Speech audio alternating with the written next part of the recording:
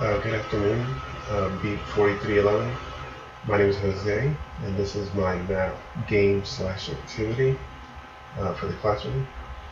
I'm going to be talking about a collectible card game called Magic the Gathering.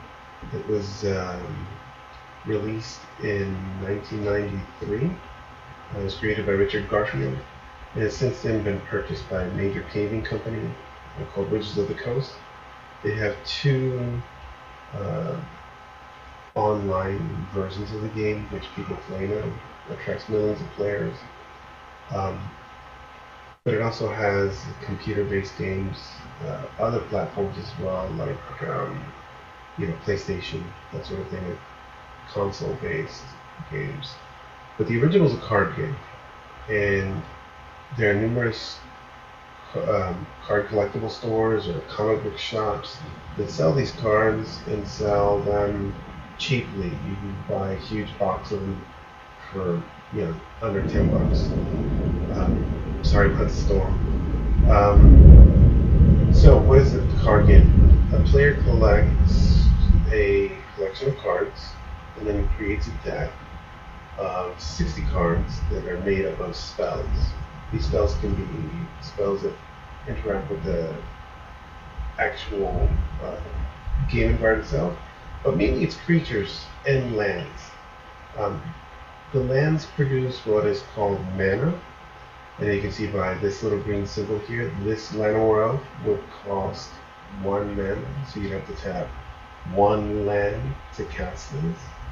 He also produces 1 green, so this would allow you um, to produce mana from a creature, which is very powerful. Now, these numbers here indicate his power and toughness. And his toughness is 1. His power is 1. So, if he were to be on my side of the field and I wanted to attack my opponent, I would attack my opponent with the elves, and then my opponent has his own creatures. For example, here's a Demanding Dragon. It costs 2 red and 3 mana of any color. So right away, we can see lessons that could engage younger kids in the lower grades.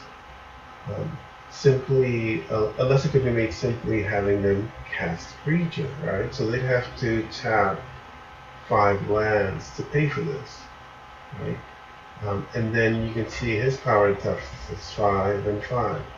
So if I attack my opponent with my Llanowar Elves, they could block with their Demanding Dragon, whose power is 5 and whose toughness is 4. So once they quote unquote did combat, the elf would do 1 damage to his toughness, and the dragon would do 5 damage to his toughness, and of course the elf would die. And that's the basis for this lesson, especially in the lower grades. So here we have one version of an online game, and I'm doing this because it's going to be a lot easier than showing off a deck. So let's look at a pre-constructed deck.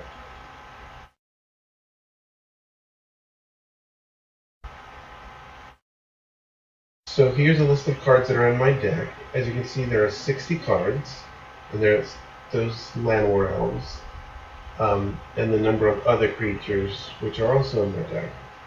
And here are the lands that I would use to cast in them. So as we talked about the early grades, simple combat could be a math lesson. But then there's also how many lands you need for your deck, which would bring in questions of ratio or probability. What are the chances that my opening hand of 7 cards is going to contain land? And that's a simple lesson that we could give on ratio. And then we could give, I'm sorry, as the grades progress, in other words, we get higher into higher grades, um, we would we could make lessons based on not just probability, but also or ratio, the probability. What are the chances that I'm going to get X number of lands if I have X number of lands in my deck in my initial 7? Let's say you play a deck that has huge creatures, which you can see cost 3 green and 7 of any here. You're going to need a lot of land. So that means in order to draw that much lands, you're going to need a lot of lands in your deck. How many lands? Well, that'll bring in questions of probability. And how many lands you should put in the deck will determine by your average converted mana cost. There's a lot of terminology, a lot of math involved in this game. This is a game by nerds, for nerds. There's a lot of math here. And we can keep it simple for the little ones, and we can make it really complex for the older ones. Okay, so we're talking about converted mana cost. These cards, or I should say these names, represent cards in your deck. And these numbers represent the converted mana cost. For example, Death Shadow, 4 of them, or times 4, equals 4 converted mana costs. So that's 1 each.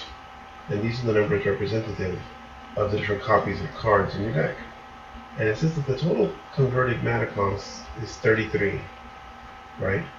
So in order to find how many lands you need for a converted mana cost of 33,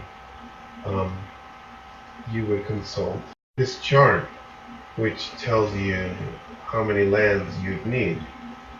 So as you can see here, the converted mana cost, and here the number of lands, to be sure how many lands you draw in your opening hand to ensure that you can cast the cards you want to cast.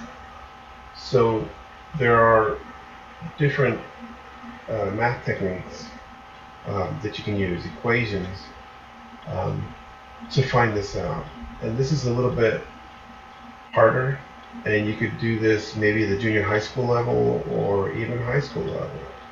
So this activity can scale from first grade all the way up to high school.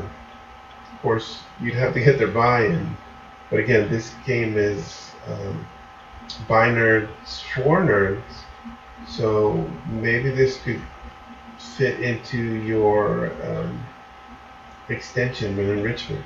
Some of those talented kids who are talented in math and have good number sense. Either way, this is my activity for math, and thank you.